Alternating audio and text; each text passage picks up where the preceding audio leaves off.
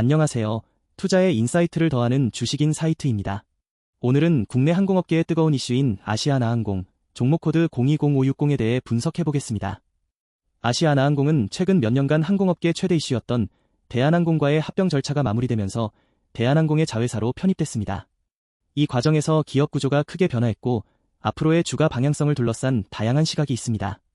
오늘은 합병 이후 아시아나항공의 현재 상황과 2026년 전망, 그리고 투자 포인트를 꼼꼼히 살펴보겠습니다.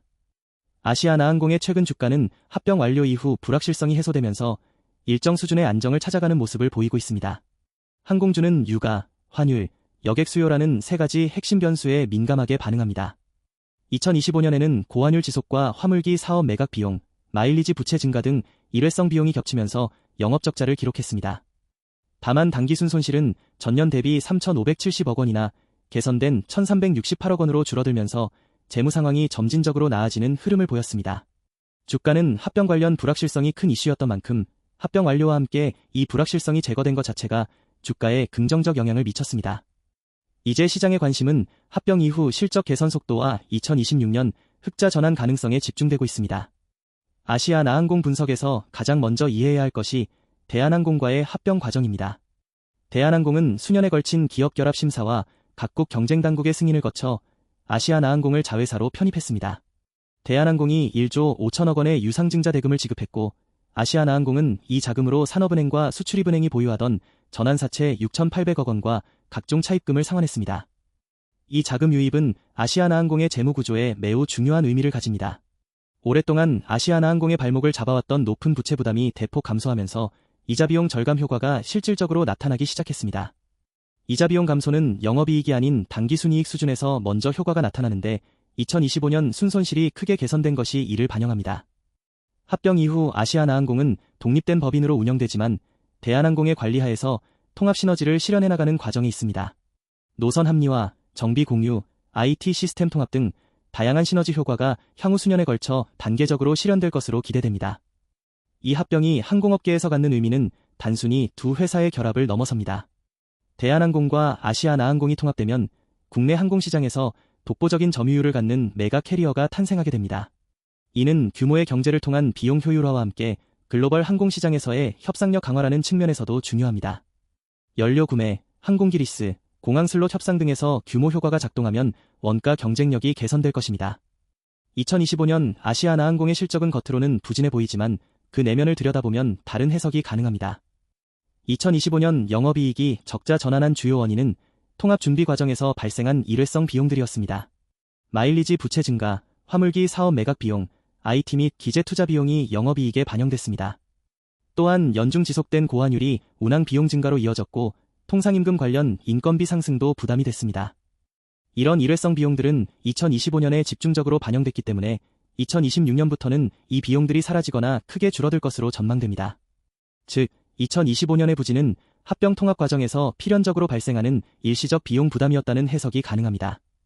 한편 연말 환율 안정화와 이자 비용 절감 효과로 당기순 손실은 1,368억 원으로 전년 대비 대폭 개선됐습니다. 이 방향성이 2026년에도 이어진다면 흑자 전환도 불가능한 목표가 아닙니다. 시장에서 아시아나항공을 주목하는 가장 큰 이유는 2026년 흑자 전환 기대감입니다.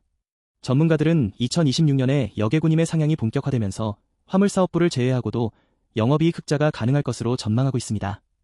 2026년에는 국제 여객 최초 1억 명 돌파 등 견조한 여객 시장이 지속될 것으로 예상되며 이는 항공사 수익성에 긍정적인 배경이 됩니다. 여객운임 상향의 배경에는 항공 수요 회복과 공급 제한이 맞물리는 구조가 있습니다. 글로벌적으로 항공기 제조사의 납기 지연으로 신규 항공기 공급이 제한된 상황에서 수요는 지속적으로 회복되고 있습니다. 이 수요와 공급의 미스매치가 항공 운임 상승으로 이어지고 있으며 아시아나항공도 이 수혜를 받을 수 있는 위치에 있습니다. 또한 통합 시너지 효과도 점차 가시화될 것으로 보입니다. 노선 효율화, 공동구매를 통한 원가 절감, 정비 부문 통합 등이 단계적으로 진행되면서 비용 구조가 개선될 것입니다. 항공산업의 구조적 특성도 이해할 필요가 있습니다.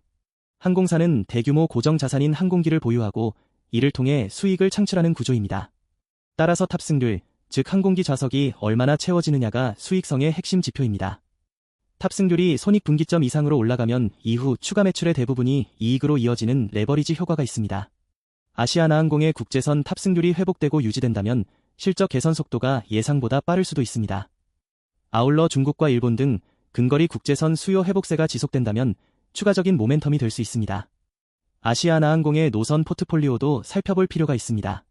아시아나항공은 미주, 유럽, 동남아시아, 중국, 일본 등 주요 국제선 노선을 운항하고 있으며 특히 인천을 허브로 한환승 네트워크가 강점입니다. 한국은 지리적으로 아시아와 북미, 유럽을 연결하는 중간 지점에 위치해 있어 항공 허브로서의 인천공항 역할이 중요합니다. 통합 이후 대한항공과 노선 네트워크를 합리화하면서 중복 노선을 줄이고 각자의 강점 노선에 집중하는 전략이 추진될 것으로 예상됩니다. 이 과정에서 단기적으로는 노선 재편에 따른 혼란이 있을 수 있지만 장기적으로는 더 효율적인 노선 운영이 가능해질 것입니다. 아울러 중국 시장 회복도 중요한 변수입니다. 코로나 이후 한중 항공 노선이 완전히 회복되지 않은 상황에서 중국 노선의 정상화는 아시아나항공의 추가적인 수익 회복 기회가 될 수 있습니다. 아시아나항공 투자에서 주의해야 할 리스크도 있습니다. 첫째, 유가 리스크입니다. 항공유는 항공사 운영비의 30에서 40%를 차지하는 핵심 원가입니다. 국제 유가가 급등할 경우 수익성에 직접적인 타격이 됩니다. 둘째, 환율 리스크입니다. 항공기 리스료, 항공유 구매 등 주요 비용이 달러로 결제되는 구조에서 원화 약세는 비용 부담 증가로 이어집니다.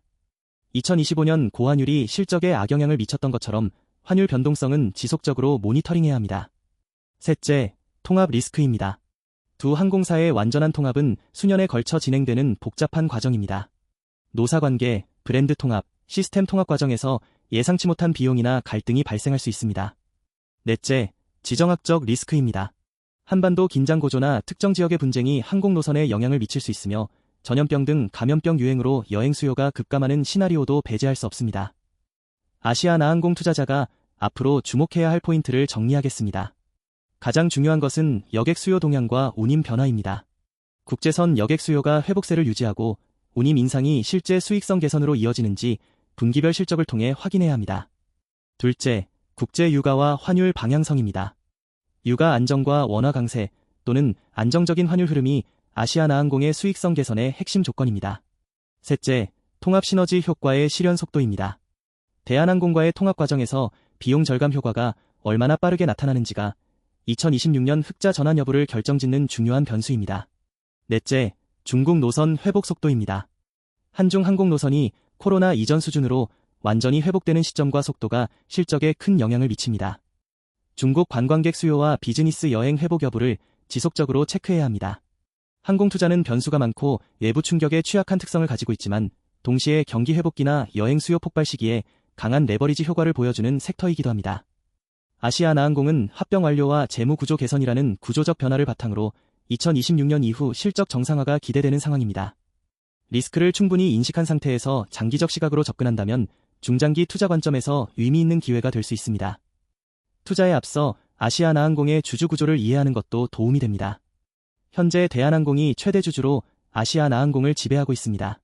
대한항공과 아시아나항공의 완전한 합병 또는 청산에 대한 논의가 향후 이루어질 수 있으며 이 경우 아시아나항공의 소수 주주들에게 어떤 조건이 제시될지는 중요한 변수입니다. 아시아나항공은 합병이라는 큰 구조적 변화를 겪으면서 새로운 출발점에 서 있습니다. 2025년에 일회성 비용 부담이 거치고 여객시장 회복과 운임 인상, 통합 시너지가 맞물린다면 2026년 의미 있는 실적 개선을 기대해 볼 수 있습니다.